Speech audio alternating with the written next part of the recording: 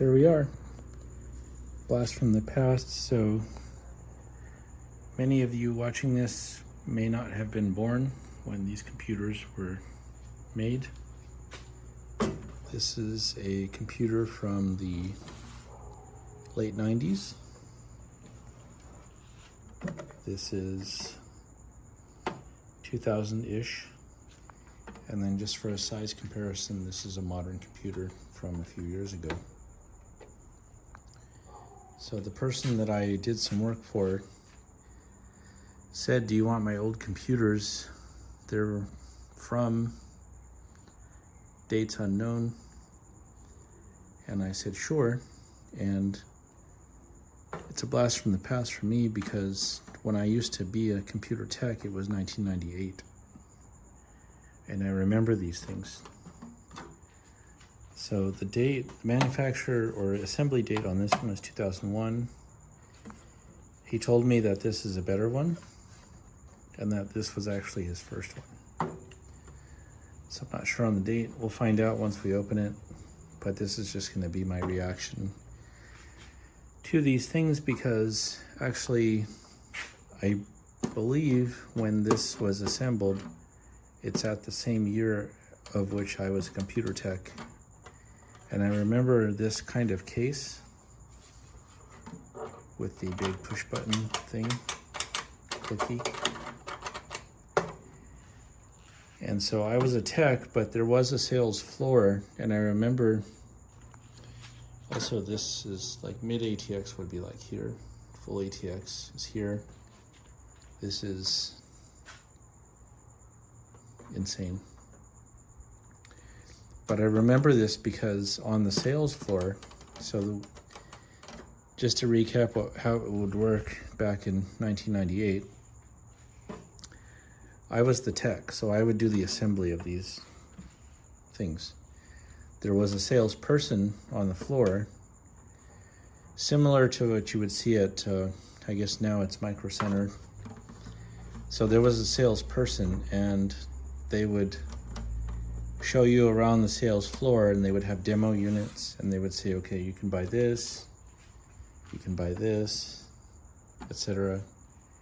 And they would kind of go through the build and then they would say, buy this motherboard, buy this video card, buy this hard drive. And then when the sale was complete, there would be a ticket here on the side. And then I would assemble them. Based on what was on the ticket, I would just put it together and then push it out. And then I think somewhere near the end of my reign at the local computer store, I became the salesperson, and then I would just assemble them myself because it was easy for me at the time to tell. Obviously it was 90% dudes to buy everything that was the most expensive. And then I would get a little commission off of that. And then I would put it together and have it ready in about an hour and all the parts were in stock. But I remember, see, this is like the typical case that we would sell. I remember we had this case that was just insanely big. Like, I don't even know how big this is, but I used to call it the Godzilla because nobody would buy it because it was too big. Like, why would somebody want that many things inside a case when you could just have this one? And there, at some point in time, there was only one display unit like this, and it was all dusty. And I would try to get people to buy it. I think it was probably about $100, but back in 98, that would probably be equivalent to like $500, and it really didn't make sense. So the reason why I'm making this video is because I'm going to react to opening these things and see if I get any nostalgic vibes here. Because if this is correctly from the years that I was assembling computers, I should be able to remember the parts that I used to put together every day. But he said this was older and this was newer. So let's open them up. Start with the big boy. So before we open it up, here's the rear I/O. Just to kind of give you guys a little history lesson on how these used to work. Typically the power supply was in the case. Sometimes we had to install it, but for the most part they would come with the case. And then you have, look here, typical PS2 USB. You would usually have a parallel port, serial ports. Most of the time the graphics was not on the board, so you had a graphics card add in, and then of course a modem to get online, because you know, 90s, we didn't have Ethernet high-speed data back then. And one of the selling points for every computer was the sound card. You had to buy a sound card. That was always part of the build, because the sound was not built in on a lot of these. See, there's punch outs for these. And then if you see on the case, there's punch outs for either parallel, serial, graphics, if it came with it. So it was there was a lot of ifs involved here. And then there's extra cutouts for more optional things here, here, here. So it was kind of like the Wild Wild West. You had to really build your system based on your needs, and everything that you would add would cost more money. And so that's why it looks like that. But this one had a lot of stuff on it. So let's pop the door. All right, so here I am trying to pull this case off, and I forgot. It's been almost, well, 20 plus years. The big case had a top. So let me show you. And I don't know why. So it has a top. It's, now that I see it, it's kind of bringing back memories, but it had a top part. Okay. So if you take off the screws, you can't take off the door because the top has to come off first. And it's kind of giving me chills, because now I remember this. The big cases had a lid. Well, I call it a lid, but once you take off the lid, then you can take off the door.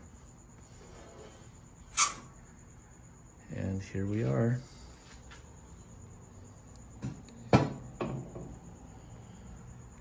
Welcome to the late 90s. So there's, oh God, the dust. Not a good idea. So there's space for a hard drive here. Floppy, 3.5. Power supply. Let's see, oh, that's actually pretty high, 235. Breathes down. And then we have our CD drives, IDE, your old friend the Molex. This is way before SATA. So everything was Molex back then, IDE. SATA actually came out after I quit working on computers. So let's see, we have an IBM drive. Looks like manufacture date 1999. Can't see the size. This is February 99. Not sure. Then there's another one here. Focus is wrong. And then what do we have here? This is, I'm gonna guess that this is a Pentium 2, because that's all we used to sell. And see this slot here?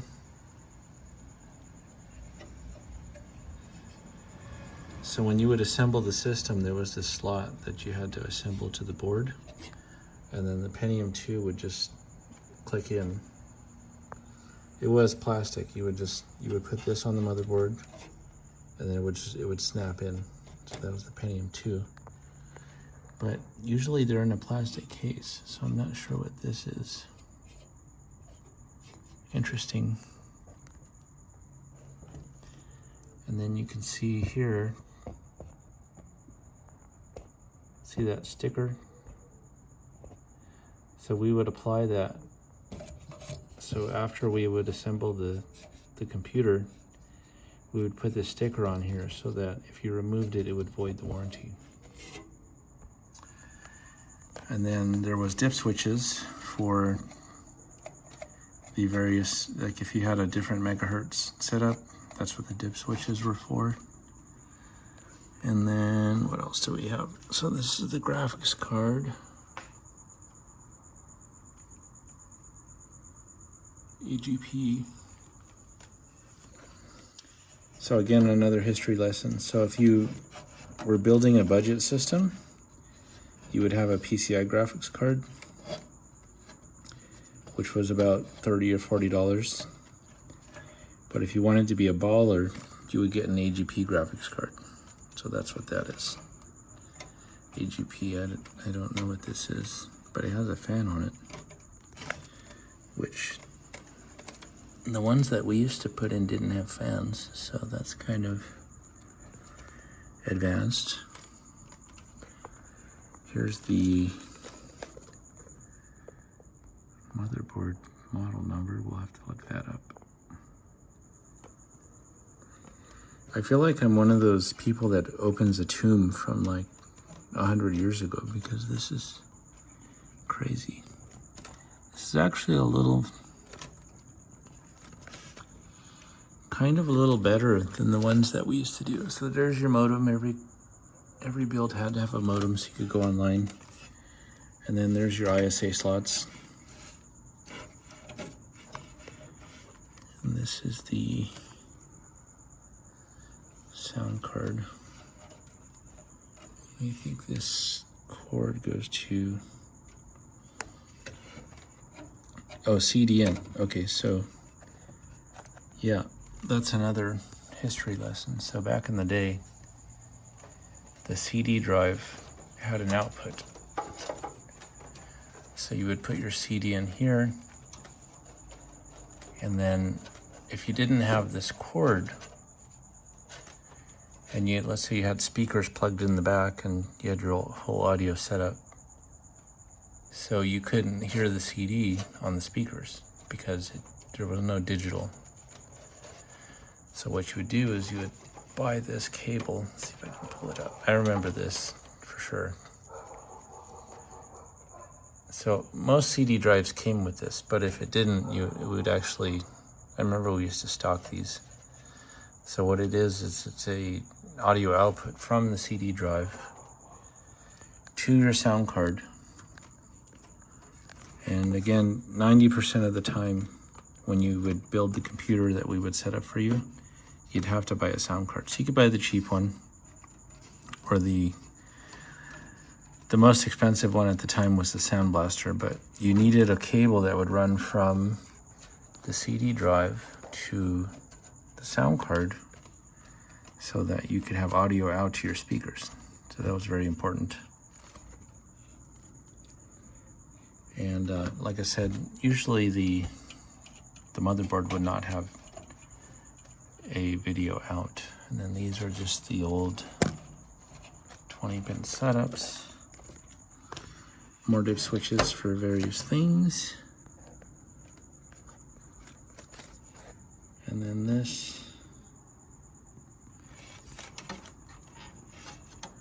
Interesting that they have this here.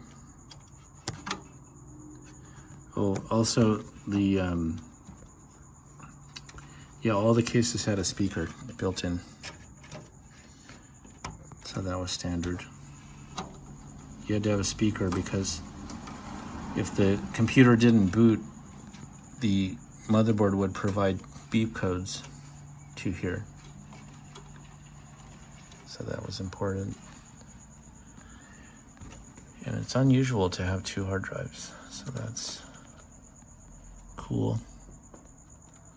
And then see back here, see those dip switches are for master and slave. So you, like if you were to switch these cables around, you would have to change the dip switches to master and slave. So the master is the C, or the primary drive, the slave is the second.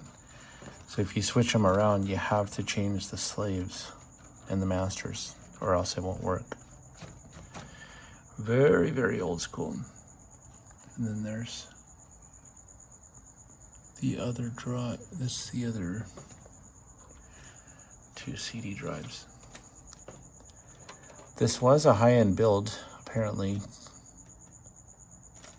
So there, see there again, it says 1999. So I'm just curious if, because the other system that we're going to look at was built in 2001, and if this was built in 99, it would have been at the same kind of year, because you wouldn't buy it right after it was built. So it's a little weird. If, like at the time, if I was building this system for you in this time era, you typically would not have 2 CD drives unless you wanted to copy music from one to the other. And you typically would not have 2 hard drives. So this is, I would consider this kind of a high-end build. I want to know why there's a fan on this. That's weird. And then let's look at the memory.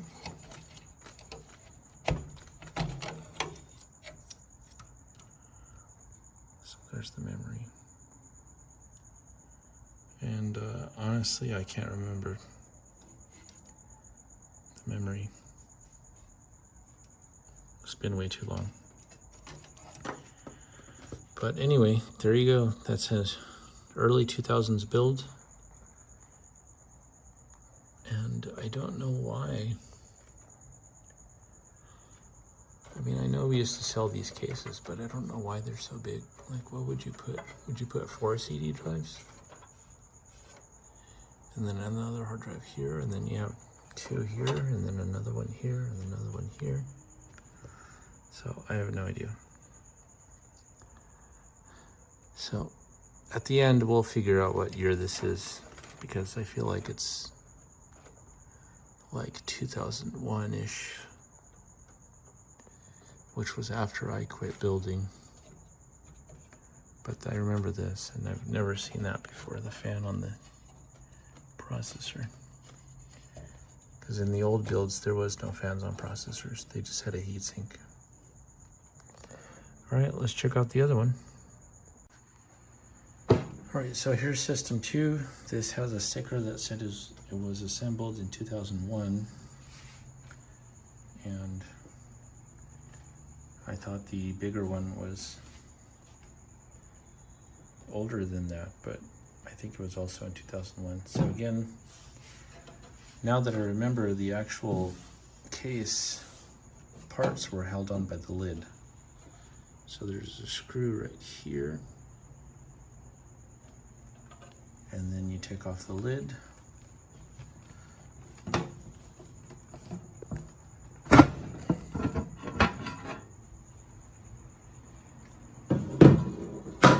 Which has a hard drive on top. I really can't tell you why that is. But this was normal back then. I really don't know why you hate hard drives on the top. So after you undo the lid. So in this case, the panel does not go back like typically it goes up. So you pull this up, I think.